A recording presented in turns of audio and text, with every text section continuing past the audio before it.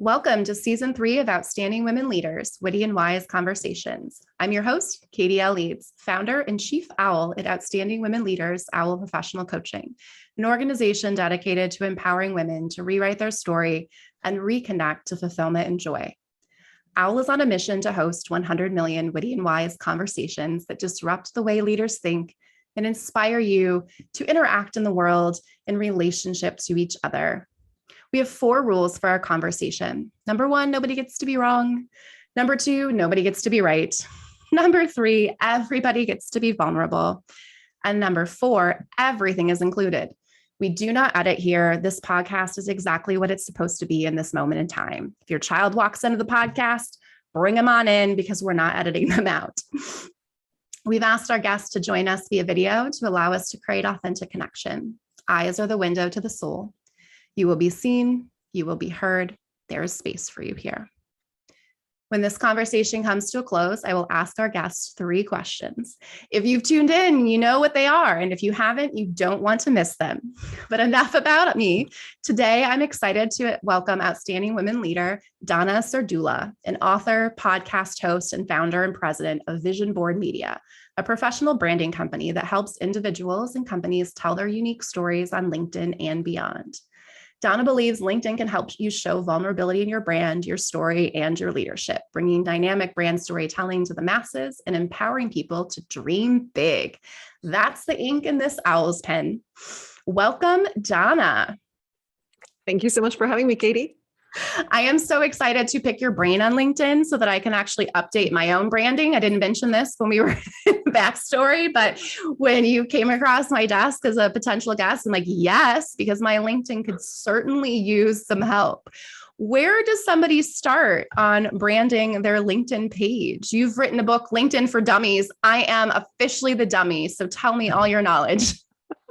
Sure. And it's LinkedIn profile optimization for dummies. I wish I had the LinkedIn for Dummies title. That was Joel Elad. But mine is all about, optimizing your profile and utilizing it almost as the foundational aspect to success on LinkedIn. Because a lot of times people jump in and they start using it and they forget that people want to know who this person is, and they visit your profile with the expectation that they're going to find out something about you, something different, something interesting. In a way, people go to your LinkedIn profile more so than they go to your website because they're hoping to get an idea of what to think about you. Who are you? What brought you to where you are today? What was that trajectory? What created this person in front of me? And so, with the LinkedIn profile, you have this opportunity to really tell the story and control that brand. But a lot of people don't. They sort of ignore it because it's hard to write about yourself, I think, ultimately. Oh, it is not only hard, but every time I show up on LinkedIn, I don't like the phrase imposter syndrome, but I'm going to use it because everybody knows what it is.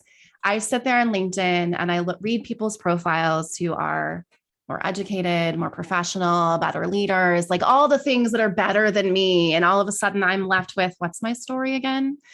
How do I stand out? Why would anybody hire me? How do you help people overcome that? Because it is so hard to write about yourself. And it's funny because it does not matter. You could be the most amazing journalist or author of books. You could be, the most amazing leader. But when it comes to writing about yourself, it levels the playing field. No one wants to do it. And in some ways, congratulations that it's hard, because if it was easy, you'd be a narcissist, right? So look at the good here. It's a good thing that it's hard to write about yourself. What I say is this, when you look at your LinkedIn profile, it's a chance to really get deliberate. It's a chance to challenge yourself, to do a little bit more deeper thinking than most people would normally do. When you say to yourself, oh, let me sit down and really think about where I've been and what I've done and what I've enjoyed. No one does that, right? No one does it. So it's this great excuse. It's this great challenge to just as a human being to say, wait, stop. Who am I? And where do I want to go? And you want to create a profile that is more forward, future oriented than past. And what happens is a lot of times people will go through this and they'll write about themselves, they'll optimize that profile, but they did it like 5 years ago. And before you know it, that profile is like this obituary. It's like who you were. And then you start to wonder, like, why are people treating me? Why am I not getting the same rapport? Why are people treating me in a different way? Why am I not commanding the level of respect that I should have? And a lot of times it's because you haven't updated your message. You've grown out of it. You've moved beyond it. So I know I've kind of taken a little bit of a windy road here, but how do we help people? We help them by, really thinking who they are. When you do it yourself, you've got to hold yourself accountable. But if you work with my team, we're there to really help you understand these are your strengths. This is special. Sometimes people need to hear that because it comes so naturally. You think everyone can do these things, but they can't. What is your tip for really catching someone's attention or standing out? Like when you look at LinkedIn, you've got so many places to do that. There's a little blurb right below your name, right, that I tinker with like every other week. So mine is not an obituary. Mine is more about a state of mind at the moment. And then you have the about section, like how do people stand out from the crowd and also sound professional? Because that's what LinkedIn is about. Yeah. Well, what is professional, Katie? What is not professional? Me. But no, you are. That's the thing. And it's funny because I was just writing about this. I love anymore. It's so funny because when I first started and people were using emojis and animated GIFs, I was like, what is this? This is so unprofessional. But sure enough, after a while, I started thinking, wait, I do want to use an animated GIF here. I do want to use an emoji. I do want to, start my about section with a little bit of a joke, and the reason is professional has changed. It's not stuffy. It's not uptight. It's not super uber serious. People want to work with people. They want to see the warmth of your personality and you want to attract your tribe, right? Mm-hmm. You don't want to attract boring people who don't really, resonate to your energy. So, when we talk about, what is professional, to me, professional is being ethical, right? It's someone who has passion in what they do. They're out there helping people. They're not being rude or condescending. They're lifting and they're enjoying what they do. So, don't look at your LinkedIn profile and think it needs to be stodgy or just boring because that's professional. I really want that LinkedIn profile to feel like you.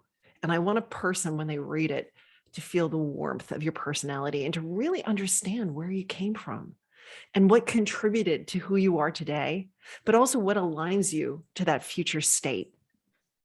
That to me is the most interesting. And that's what's going to convert people. That's when you can take the time and craft something that is more of a manifesto than a biography. That's when you're going to see success.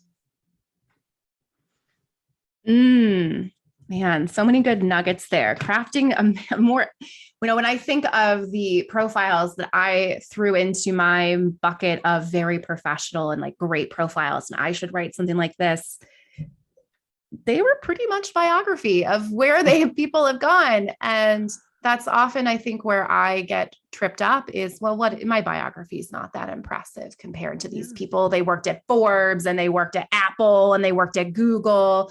What's your recommendation around that? So here's the thing, Katie, right? You need to first say to yourself, why am I on LinkedIn? What am I trying to accomplish? What are you really, what is success going to look like for you? And for everyone listening, the answer is going to be different. right? You need to understand your goal. Then you need to understand your target audience, right? Because those people who are talking about being on Forbes and, all these other things, they're probably on LinkedIn for a totally different reason. And it very well might be reputation management and, really having that online resume. Maybe that's why they're on it, which is not necessarily why you're on it. You may need to really think about your target audience and what resonates with them. What do they need to know about you? And it's not so much all of those accomplishments. Maybe it's how you're going to help your target audience accomplish their needs and their goals.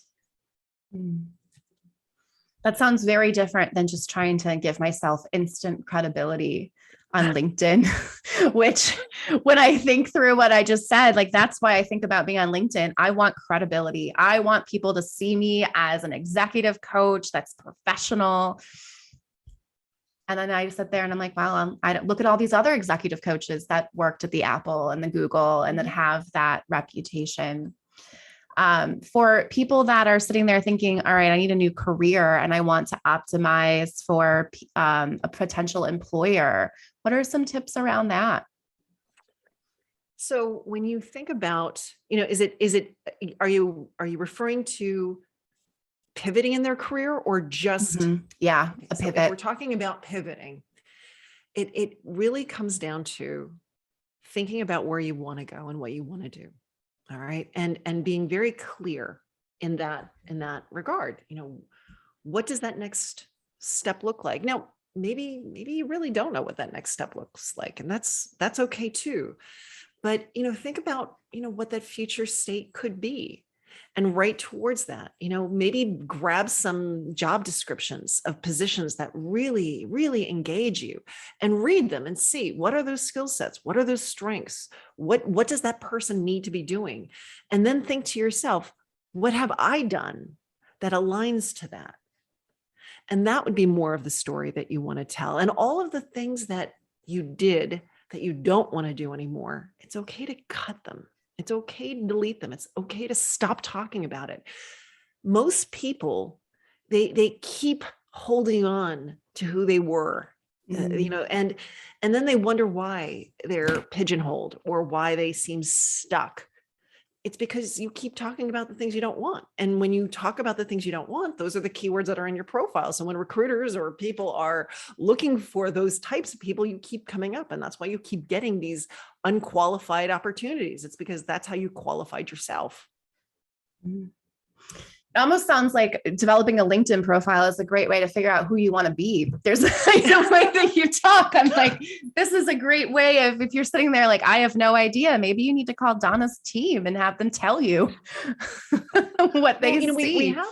We have a questionnaire that everyone goes through, and that questionnaire we've been using it since 2009. So we know the right questions to ask.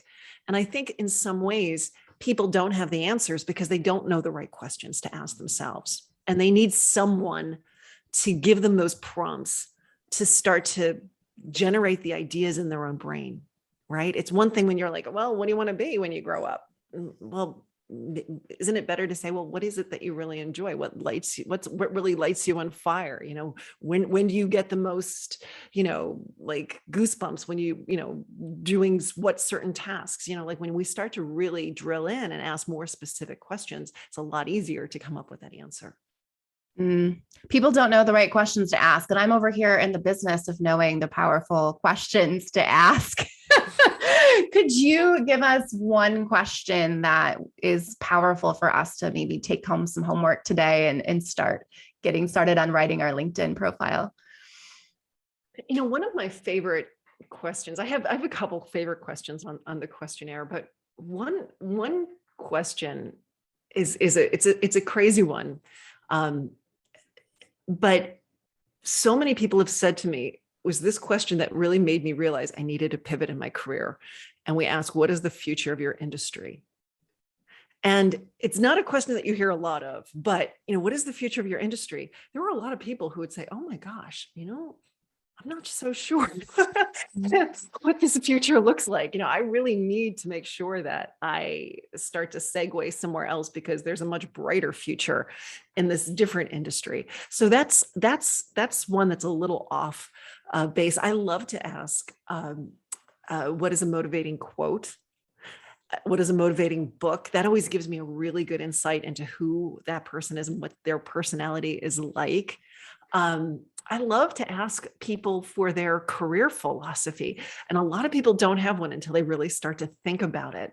And then they start to realize that, wait, there are certain nuggets that sort of drive me as a professional. And you get to hear these like interesting things like, money isn't really a motivator.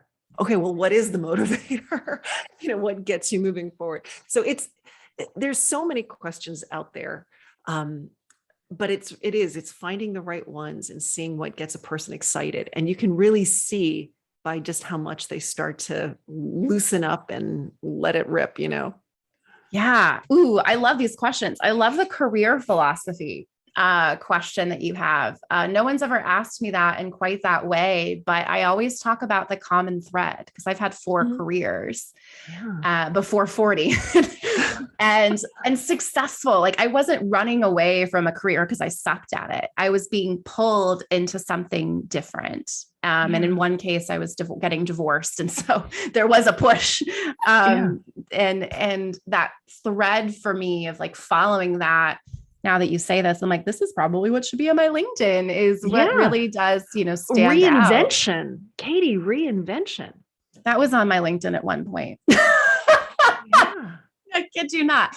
You talk about like not letting it, your LinkedIn become stagnant and just be an obituary. And I laugh because I'm like, man, like probably a year ago, it said like, I just kind of claim that I'm an expert at reinvention. I used to say transition, but now that means something different. So I don't tell people I'm an expert at that, but it really is about reinventing. But the one thing I haven't been able to reinvent successfully is my LinkedIn. So I'm so glad you're here to share these nuggets for me. I'm getting a little inspired.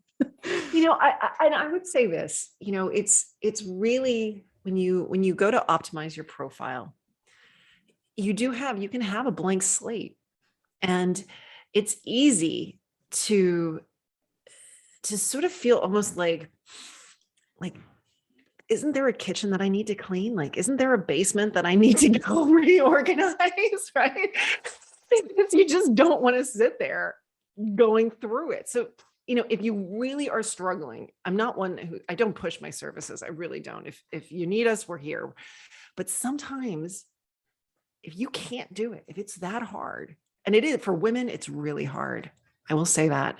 Men, I don't know, I don't mean this in a bad way. If anything, I mean it in like, I wish we could be like this, but men have no problem boasting. They have no problem saying, this is what I'm good at. And they don't mind claiming those types of accomplishments. Women really struggle. And it's like, it's hard. It's hard. And it's hard to say, you can own this. You don't have to say it was your team. That comes implied. It's okay to be forthright and talk about your successes.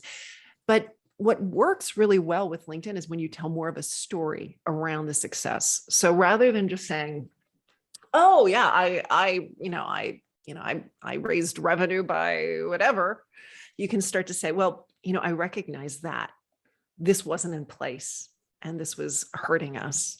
So I brought in this team and we, created this messaging, or we created these products, or we put together these projects.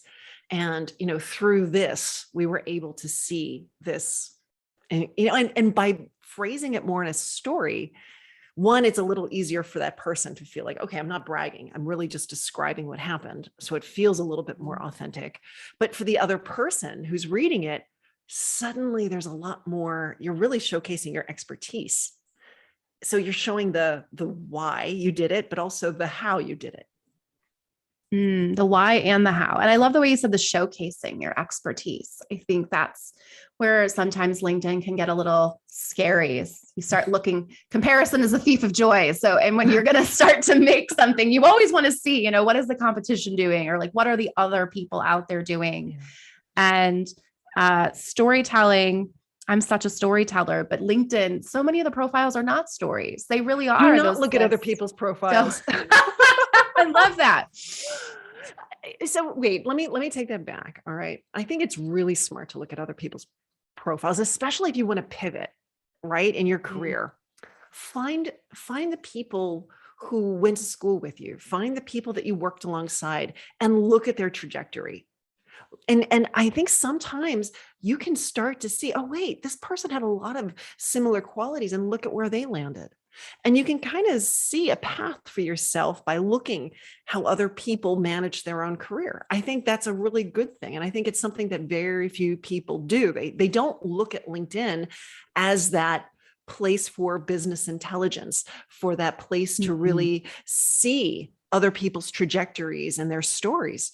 With that said, when you look at other people's profiles, look at it and say, is this a profile that's moving me? Is this a profile that is clearly taking their audience to a certain point, like to a goal? Like, is this a job search profile? I mean, do they look desperate? Is it just their resume, copied and pasted? Is it all of these accomplishments? Is it really, am I getting a sense that there's a real human being here? And that could be a pro or it could be a con. But a lot of times when people look at profiles, they're like, oh, that looks good. It looks good, but is it forwarding their cause? Is it forwarding them to their goal?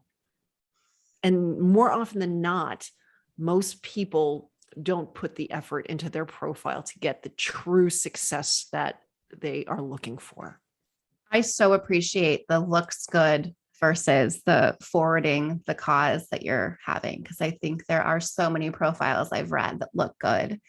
And you're right, it's not necessarily about driving forward. In fact, for some of the people on LinkedIn, they're very happy with the job that they're currently at. And it really is just, this is how good I look on paper. It's a great point. Or on the flip side, Katie, people aren't putting out their real self. And it's not authentic, and it's not real, and it's not impressive. It's almost dull and boring. I see that all the time. So you get these people who are blowhards and braggarts. That's one side of the equation. Then there's the other people who are absolutely wonderful and sparkly and amazing, and they're not showcasing any of it. It's like, let's come more towards the middle. And let's tell that authentic story. Let's talk to our target audience, and let's not try to be everything to everybody. There's a reason why you're on LinkedIn. There's a point for your activity and for a person who's going to look. Yes, everyone can come and look, but who do you really want to be looking for? And who do you want to write that story to? Such great advice. Do you recommend a call to action at the end of LinkedIn? Like, how do we wrap up our beautiful storytelling to forward that action? And I'm speaking specifically for those business owners out there listening that are wondering, what should I be inviting people to do if they're reading my about? At one time, that was really the only place for that call to action. But now they collapse the about section. So in some ways, I think it's more important to have a real hook in the about section at the very top to make a person click see more. That is where there really should be the call to action. And the call to action should be to click the see more, to keep reading about yourself. And then you have the featured section.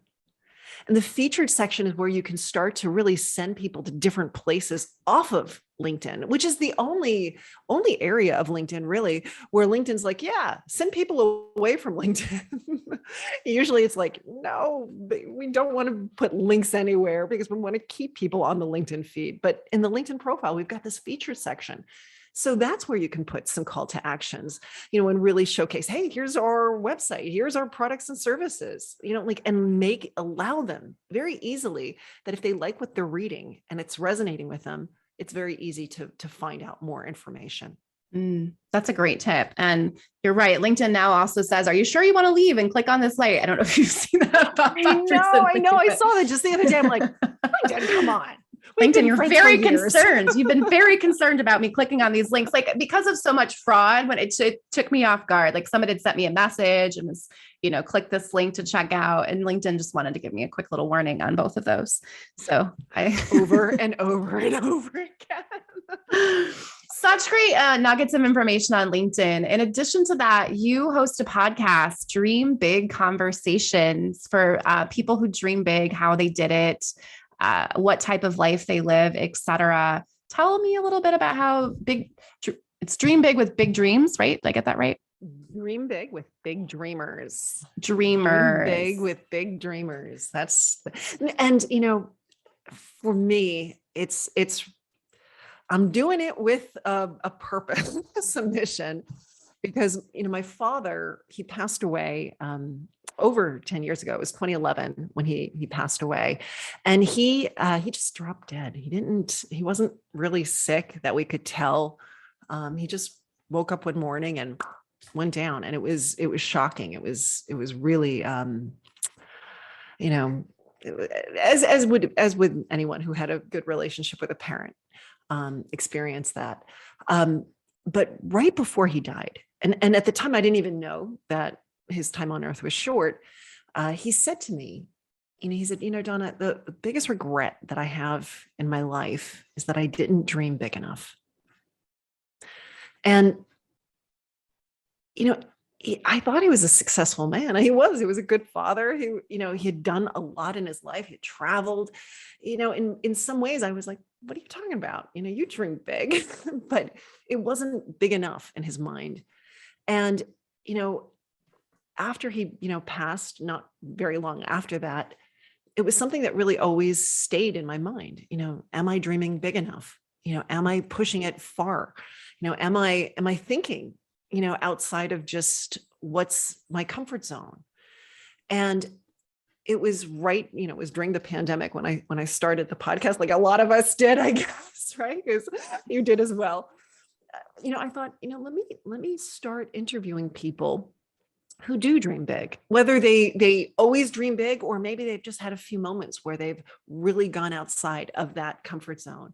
And let's talk to them about it. Let's learn more, because I think a lot of people don't dream big because they don't know how. They don't see it on a day-to-day basis. So let's give people that push and that visibility to what it means. And what's your definition of dreaming big? For me, it's going outside of your comfort zone. It's being able to take monumental risks with a sort of courage and bravery. And maybe you're scared as you're doing it, but you're still doing it. It's really being able to walk into the unknown. But I also think it's being able to embrace what maybe a lot of people think is almost impossible.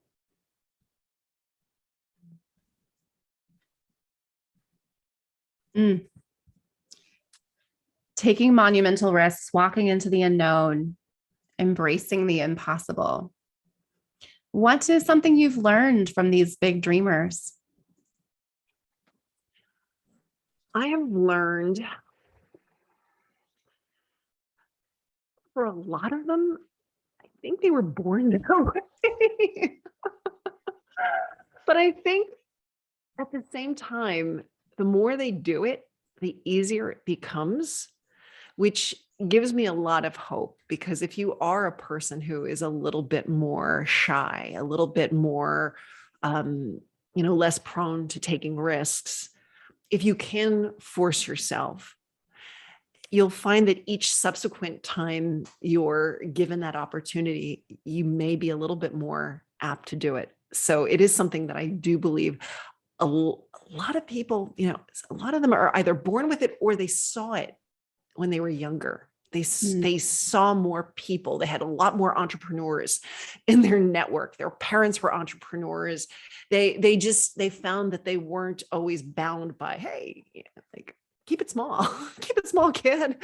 This is, so it's something that they were exposed to. A lot of them were born with it. A lot of them were exposed to it early, but those that did it and practiced it were able to continue to do it.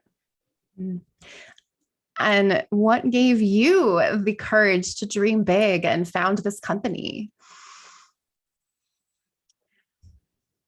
Well, why did I found? I always wanted to be a business owner. I always wanted to be a business owner. And I remember for a very long time, this is going to sound crazy, but I used to think, I wish I had some marketable skills. I had tons of marketable skills. I assumed everyone could do these things. I had no idea that what I brought to the table was different and important and valuable. So that was a real like inflection point, and it was through being in a very, very dog-eat-dog sales environment, being sort of pushed to get a quota and find, different ways to get in front of my target audience. It was through that I started to realize, wait, all of these things that I'm doing, I could actually give to other people. And that was pretty, I remember walking into it was like a business incubator it was some type of, we're going to help you start a business. And I remember the woman who was standing there, she just pointed at me and she said, "What do you love to do?" And no one had ever asked that of me before. And I remember saying at the time, I said, "I love helping people embrace technology." And she said, "That's what I want you to do." And it was really that. And then having the success that I did on LinkedIn, understanding the importance of the LinkedIn profile, recognizing that you can shape how others perceive you, and also realizing that no one at that time was really taking LinkedIn seriously or seeing its potential. All of that together got me to the point where it was like, all right, I'm going to do this. And do we have time? I'll tell you one more thing. Yeah. So I started the business in January of 2009, and it was hard, right? Like I was talking about LinkedIn and people were like, "Lincoln, Abraham Lincoln?" I was a little ahead of my time, apparently. And a recruiter called me and he's like, "Donna, we'd like to get you back, selling, digital prototyping software and whatnot." And I was like, okay, because having that salary, even if it was commission-based, certainly seemed like and the insurance. All of that. And I'm like, yeah, all right, let's do it. And I put the business on hold and I got back into dialing for the dollars and, all that stuff. And man, I hated it. I hated it. It was not me. It was a horrible time in the world. I was waking up and I was just so upset with myself. And I went to see a guy speak, and he talked about how this wasn't the full speech, but this was a piece of the speech. And he said, if there is an animal who is raised in captivity, they're raised in a cage, and you open up that cage door, that animal will not run out. The animal will actually run deeper into the cage. And I realized that that's what I had done by taking that job. I ran deeper into my cage. And that was when I realized, wait, this is not for me. I need to be an entrepreneur. I need to have my own business, and I need to be helping people myself, specifically in the vision that I have. And I did. So I wish I could say I quit. They fired me. I totally deserved to be fired. At that point, I was like, so. What's nice about getting fired is like sometimes you get a severance and sometimes you get some unemployment. Being fired is no longer, I've only been fired one time in my life, and it was the last time I worked, and it was such a gift. We don't think of it that way. The ego did not believe it was a gift. The ego was pretty hurt for about a year and a half. But I was like turning cartwheels out of the office. It sounds like, as you tell the story, then that you mentioned being dream big. Oftentimes you're born with it, and you said you've always wanted to be a business owner. It sounds like this is something that's been on your heart to dream big for a very long time. Thank you, Katie. From that place, my 3 questions for those of us still listening. What's your superpower? What is my superpower? I look at people and I can see their strengths, and I'm able to lift them up. So I think it's being able to see other people's superpowers and helping them recognize the strengths that they have. It's a great superpower for a mom too. What's your purpose? My purpose is to help people change their lives, help people understand why they're here and what they can do. It's to help them shine brighter. And my favorite question, what's next for you? What's next for me? I am working on creating courses. I'm working on going beyond just the service type of situation. I want to really be able to help more people. And I think, selling time, even if it's not just always my time, but I want to be able to provide more assistance to more people on how to utilize LinkedIn to build their career, stand out, get noticed, find opportunity. And so we're going to be working with courses. I've got a few books inside of me that I've got to get out, some more different books, not always for dummies. So that's, and I'm going to the Bahamas in 2 weeks, and I cannot wait. I just was picturing, instead of your book for dummies, it's your book for dreamers. Forget the dummies now. Oh, I love that.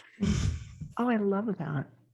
The book that I have inside of me is based upon all of those questionnaires. We've worked with over 6,000 executives and entrepreneurs and professionals, and we always ask them what is their, what is their favorite quote, and what does success mean to them? And having read so many people's explanation and description of that, and then what really does motivate them, it's provided such a gift, and I want to give that back. I want to take all of those, and I've actually put them all into these buckets. So I have this really interesting description of what it takes to succeed. And that's what I would like my next book to be about.